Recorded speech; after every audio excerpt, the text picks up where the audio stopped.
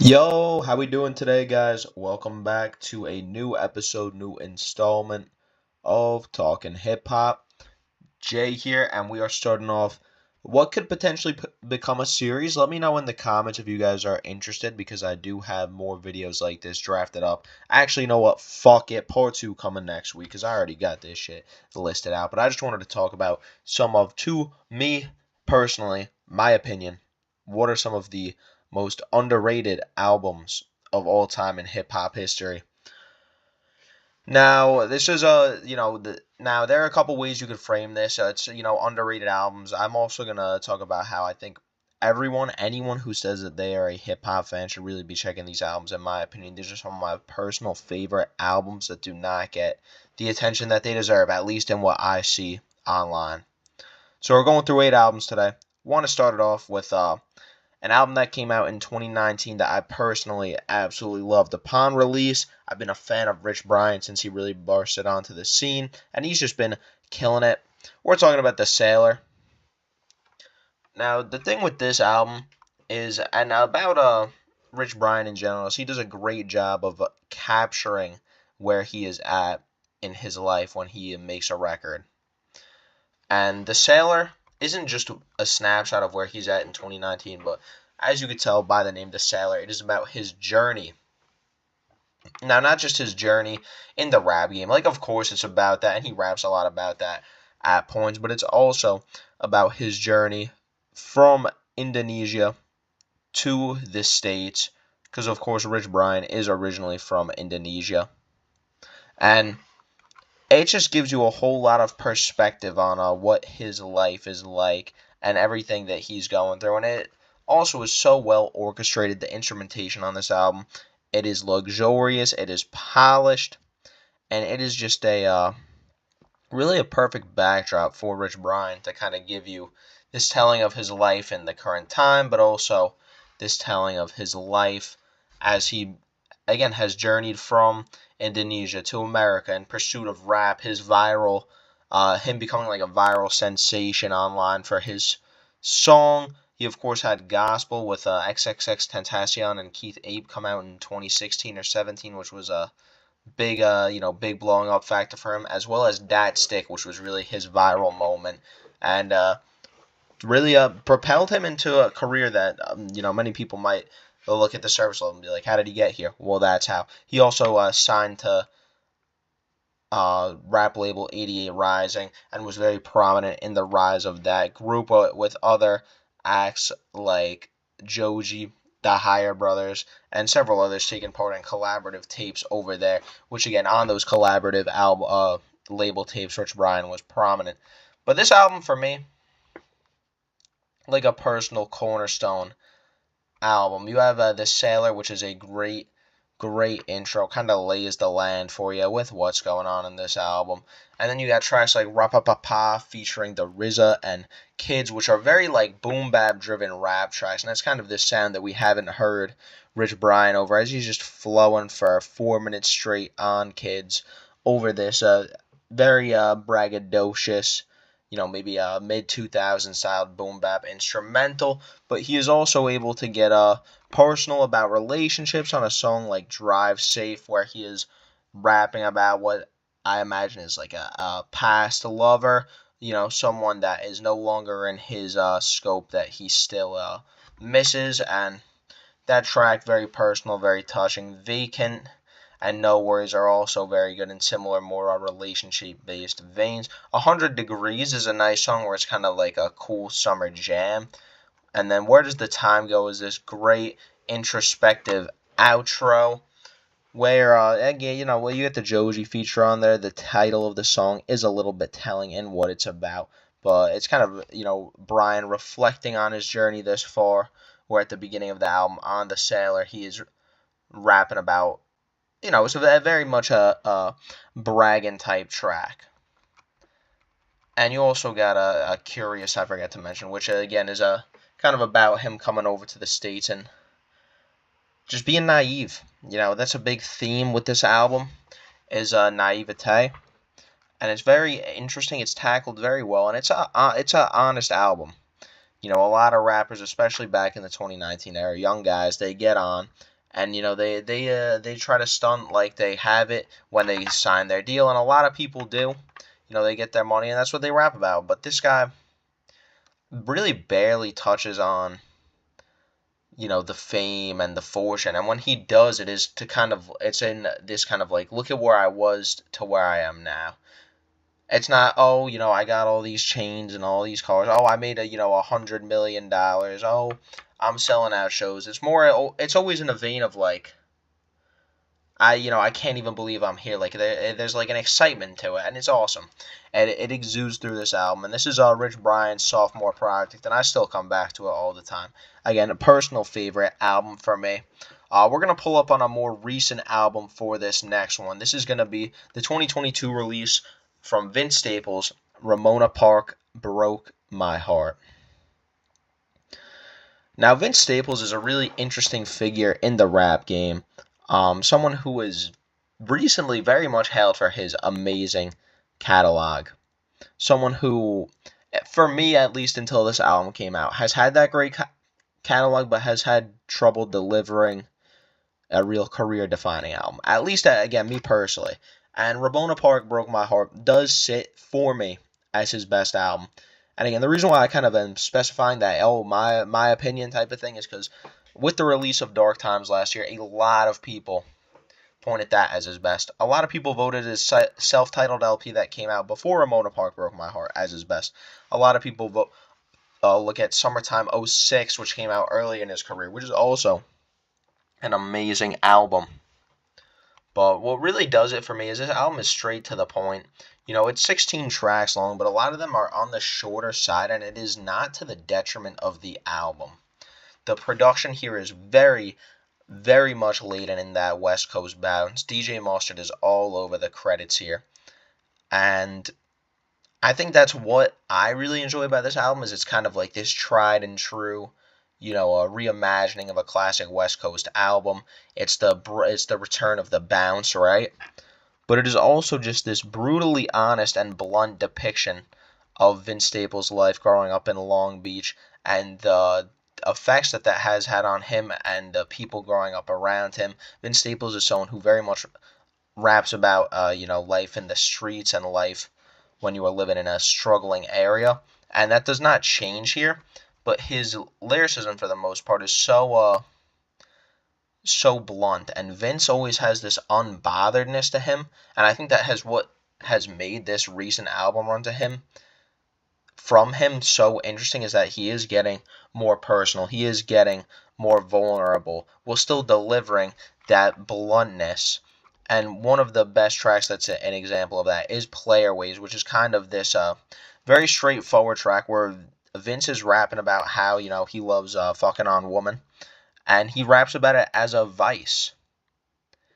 And he's someone who at times still is rapping about it as a brag, and it's always a flex. But here he is really honing in on the negativities of that type of lifestyle, of using that as a vice, using women as a vice. His inability to be intimate with women, even if he's being physically intimate with him, and that even gets touched up on the album Dark Times, where I remember I forget which track it is, but he says something about he has women who are like calling him to fuck, but none that are coming over to give him a hug.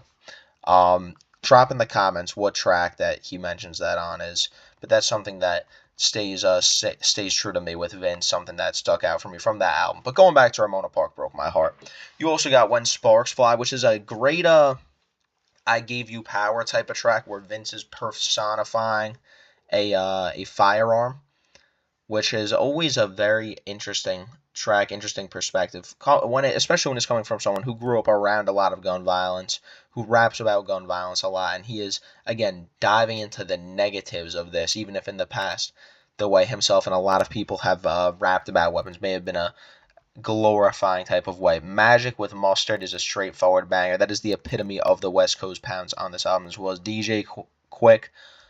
Free the Homies is also an awesome track on here, because it kind of hits that bluntness, and it has a very uplifting vibe where Vince Staples raps about, If he had one wish, he'd free the homies. And he's kind of rapping about his friends in jail and how he misses them, all this, and it's very like uplifting. But there's also this like deep sincerity to it, where you can tell that he really wishes he could free everyone who he knows who is locked up, everyone who he knows who has been wrongfully incarcerated and mistreated by the legal system. And even if it's not being directly communicated in the lyricism, that demeanor he carries across the song shows how genuinely he cares about that. You get a surprisingly amazing feature, and I don't say surprising because Lil Baby always delivers amazing features, but I mean just a different feature from him, very much slowed down on East Point Prayer. Uh, Talking about Slide, again, another track on that West Coast bounce, which another positive about this album for me is that it is so concise sonically. You know what I mean? Every instrumental on this album is articulated so in such a way, it all takes place in the same universe. You know what I mean? Every instrumental here fits the vibe. Every song does. There's nothing on here that sounds out of place. And yeah, I feel like for me personally, this is where I really began to see this is the one for me with Vince where I was like, oh, this is easily his best. It is his most consistent, his most blunt, and his most fun album to listen to. I wish it got more respect. Moving on to another one, from recent memory. This is gonna be Brandon Banks by Maxo Cream, a Texas artist who is incredibly slept on, and like he's one of those rappers who is like mainstream enough that he does big features, gets big features. He's like well known by people who keep up with rap, but he hasn't had like that Billboard hit. He's like in that sub mainstream, and this album is just honestly one of my favorite trap albums because it is just again very consistent, very straightforward. Maxo Cream has a very commanding rapping voice. He raps in a very direct way, and I think it is excellent and works perfect for the trap style of rap that he does. The production here is really just on point across the board, and you get a lot of fun features from artists like Travis Scott, Megan Thee Stallion, Schoolboy Q, ASAP Ferg, as well as KCG Josh, giving off a great feature on the track Brothers.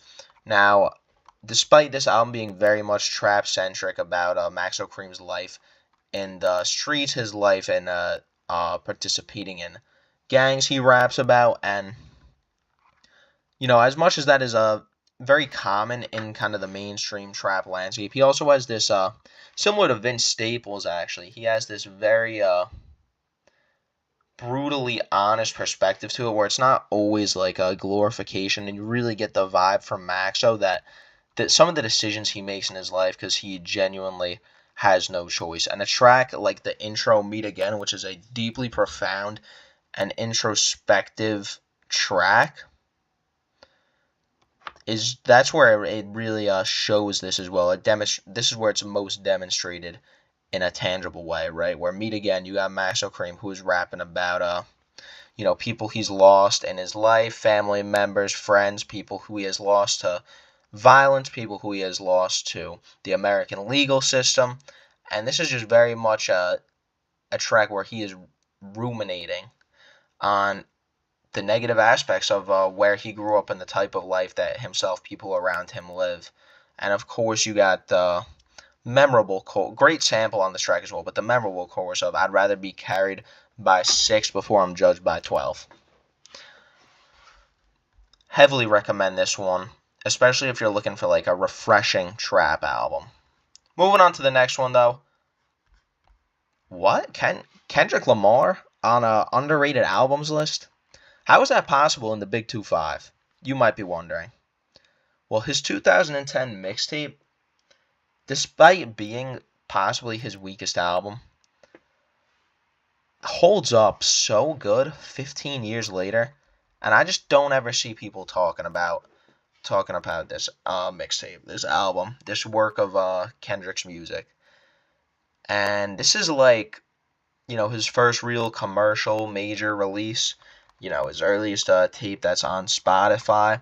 And because of that, it's laid back. This is not T-Pab, this is not Dan, but you still get very much topically focused tracks, topically charged tracks like Cut You Off to Go Closer, like Alien Girl, Opposites Attract, PMP 1.5, but sonically, this tape just holds up so well, and I honestly revisit it all the time. It might be my most spun Kendrick album of the last like 3 months. Just being completely honest. I mean, this is a very underrated album. A lot of the tracks here also focus on like Kendrick's interpersonal relationships with people, mainly with women as well, or where he is honing in on observing someone else's relationship with a woman. There's very much a lot of romanticism in this mixtape, but more so from a fly on the wall perspective in a way that critiques certain aspects of relationships, certain aspects of gender norms. And it's very interesting to see Kendrick tackle topics like this in tracks, but you also get just awesome bangers like She Needs Me with Dom Kennedy and the aforementioned PMP 1.5 with Absol. But you just get kind of like an unseasoned Kendrick here where his choruses are kind of they're a little bit off. The instrumentals are really honestly weird at points for like what we know he does now. Like this is one of his lesser produced albums, but it's such a fun listen. Like this is not like a top 100 of all time tape for me or anything like that, but I do really have a good time with Overly Dedicated when I listen to it, and I think there's a lot of replayability that can be found within this album from a more casual standpoint. The next album that I wanted to talk about that I recommend everyone listen to, I've been singing the praises of this since it came out in 2023 in the Big 2-3. Abolished Uncertainties by Jay Skis. Now, to give some background on Jay Skis, because he is a very underground guy right now, he is someone who is signed to Conway the Machine's record label. So, of course, this comes back to that Griselda bag. Now, Jay Skis has a couple projects out. This was the second one I really tapped into. And man, I still don't regret it. I mean, this is one of those ones where on first listen, you're just mesmerized, especially if you've never heard Jay Skis before, because his lyricism, rapping ability, everything he does just feels like it comes so natural, so effortless. Every instrumental he is just sliding over. A lot of boom bap style stuff here. Of course, again, this is like some New York underground stuff, so it's nothing it's very much similar to the Griselda Lane. But then you get that authenticity and you get that honesty from JC's where he's really like rapping about where he's at in his life. He's coming through with what J. Cole has mentioned in some of his raps, the broke rapper perspective. He's not, flexing about money that he hasn't made yet. He's really talking about his thirst and his hunger to get to the top and to get out of the situation he is currently in. You got a lot of amazing personal tracks here like Auntie Crystal, Sideline Story, One of One, as well as Bonneville being some of my favorite tracks here. $1 Million Dreams as kind of exhibits that point that I was just talking about, where he's rapping about what he wants to achieve in the rap game and where he is coming from wanting that. Symmetry with Conway the Machine is a upbeat banger that I love to revisit. It's kind of got this theme where Jay Skis raps about and Conway both rap about struggles they've had in their lives and just being in search of balance. And I find that to be an amazing, relatable message that never gets old. You could throw that on any day of the week. And I also do want to highlight again One of One with Coda Sevilla. Coda Sevilla is a great singer, by the way. She sounds like someone that Lupe Fiasco would work with on one of her projects, if you know what I mean by that. Her voice is awesome, and Jay Skis on this track in particular does a great job of kind of like rapping about why he's the one, and not in like some corny type of way, but it is just such a captivating way. He's someone whose lyrics he does a great job of illustrating situations, has very memorable bars, and he flows so effortlessly. So if you're looking for something new to freshen up the playlist, definitely would recommend Abolished Uncertainties by Jay Skis. We got two more before we close out today, before we close out this video today. And this one I literally listened to earlier today. This was a no-brainer for me. Southern Playalistic Cadillac Music by Outkast. The duo's original debut album came out in 94.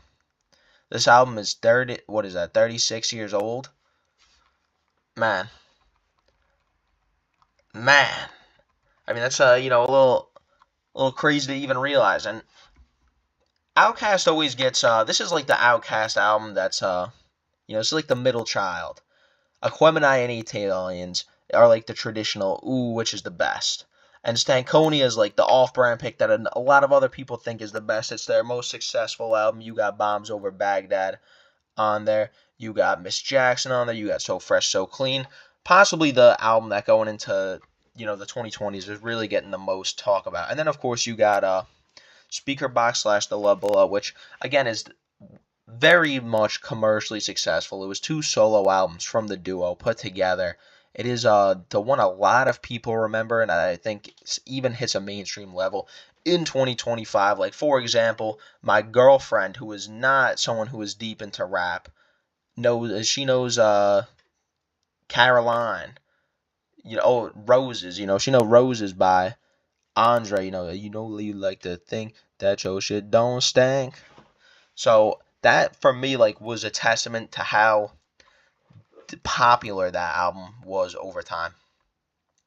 But you go through and listen to this, and you know what? It's 17 tracks long, and that seems a little intimidating. You're like, oh, what am I getting into? But when you realize like 5 of these tracks are interludes, it really is about 12 songs of just absolute perfection. You're getting that southern style, kind of like psychedelic, very string heavy production that also has a certain bounce to it, a certain rhythm that just always keeps your head nodding. The choruses from Outkast are just so catchy on tracks like Ain't No Thang. Uh, and where's the other one I'm looking for? Crumbling Herb. There's a lot of singing on this album, which is done so well. It almost feels like there's kind of this like soulful fusion in the whole track list. You're getting like songs that actually have where that are topically focused, topically charged, like Get Up, Get Out with Goody Mob, which is this awesome longer song about very motivating song about doing something with your life, making something of yourself, and not getting caught up in bad habits. Speaking of Goody Mob, their 2 performances this year are awesome. The song Call of the Wild, which features them as well, the instrumental on that is, something like I've never heard before. Like, truthfully. All of these songs are catchy. You could throw any of them on and have a great time. Hootie Hoo is a blast. Funky Ride is like this soulful sex jam that just hits. You have an awesome electric guitar solo on there. Players Ball is a lot of fun and again features some of that great singing. The title track, great. Ain't No Thang, an all-time classic. This is one of those albums where realistically I think this is Outkast at the very least third best album. Honestly, I don't even think it's crazy to say it's number 1. If you said that, I wouldn't look at you crazy. And I think because it is kind of like a lot of rappers, their debut is looked at as their best, but I feel like because of the massive success that Outkast had with Stankonia and with Speaker Box / The Love Below, and the cult classic and absolute adoration that Aquemini and ATLiens received very early on and still receive to this day in 2025, I think it kind of puts Southern Playalistic in this weird place where it doesn't quite get the respect it deserves. But regardless if you've heard this album before or not, you have to go listen to it right now. Revisit it, get familiar, because this album is special and is very much underrated and underdiscussed in the pantheon of hip-hop. Last one we're doing today is one that I've talked about plenty in my one that I've talked about plenty in like my monthly recaps. It is Purple Haze by Cameron, the 2004 album. This album is always in my rotation since I discovered it. This was one of those ones where like as someone who's very much into hip hop, into the lore of hip hop, and has spent the last 7-8 years really like dedicating myself to listening to albums that are supposed to be prominent, supposed to be the best. This is one where, coming back up on, I think, 2022 or 2023, hearing it for the first time, it was one I occasionally heard buzz about. Cameron was someone I occasionally heard around. You don't hear a whole bunch about him in 25 or this album. And I listened to it, and I was just immediately, I felt gratitude after listening. I don't know if any of you guys get this. Maybe this is just a me thing, but sometimes I listen to an album that is just so refreshing and it's so, special off that first listen that I genuinely feel thankful that I'm still able to find albums like this, that there are still albums like this out there to be heard within hip hop. Like, this is one of those where I was like, wow, like, I felt fortunate enough to still have so much great records to explore. And I mean, it is because Cameron does this beautiful blend of like traditional gangsta music and the chipmunk soul style that Kanye was really popularizing at the time through his production. Kanye has production credits on this album, a couple of placements, and you can hear the influence from him. So you're getting Cameron, who as a rapper is very much, he's two things. He's gangsta and he is fucking hilarious. So a lot of his music, a lot of his lyrics, I should say, are about pretty straightforward stuff, slanging dope, being a tough guy, fucking a lot of women. But he doesn't do it. He doesn't like just rap that straightforward. He uses great similes and ultimately punchlines that just make so many lyrics of his stick with you. Even when he's flexing the different types of clothes and jewelry that he has, he always has a great way to describe it that just sticks in your head. Like when he says, on Get Down, yellow diamonds in my ear, call them lemon heads. Like, I don't know. There's just something about this album. It has a certain type of energy that I just cannot escape, that I absolutely love. And even though it's a bit longer, 24 tracks with a good amount of skits, so many of these songs just hold up so well in the Big 25. This is not an album that aged poorly by any means. There are certain tracks that I look at a little bit, like what's the one with the girls wanna have fun sample? Girls with Mona Lisa, but even that is not like it's not a stain on the album. It's actually very enjoyable, and I'll revisit it outside of the context of the album. And Cameron, just his authenticity and personality just exudes through this project, and I recommend 100% that any hip hop fan checks this album out. But yeah, that's all I got for you guys today. Be sure to tap into the next video. If we get some love on here, then I will get the part 2 out as soon as possible. So thank you very much for tuning in today. I appreciate you guys. Like, subscribe, comment, follow, check me out, yo. Nothing but gratitude to you guys who tuned in. Be well, stay safe, take care, and I'll see you in the next one.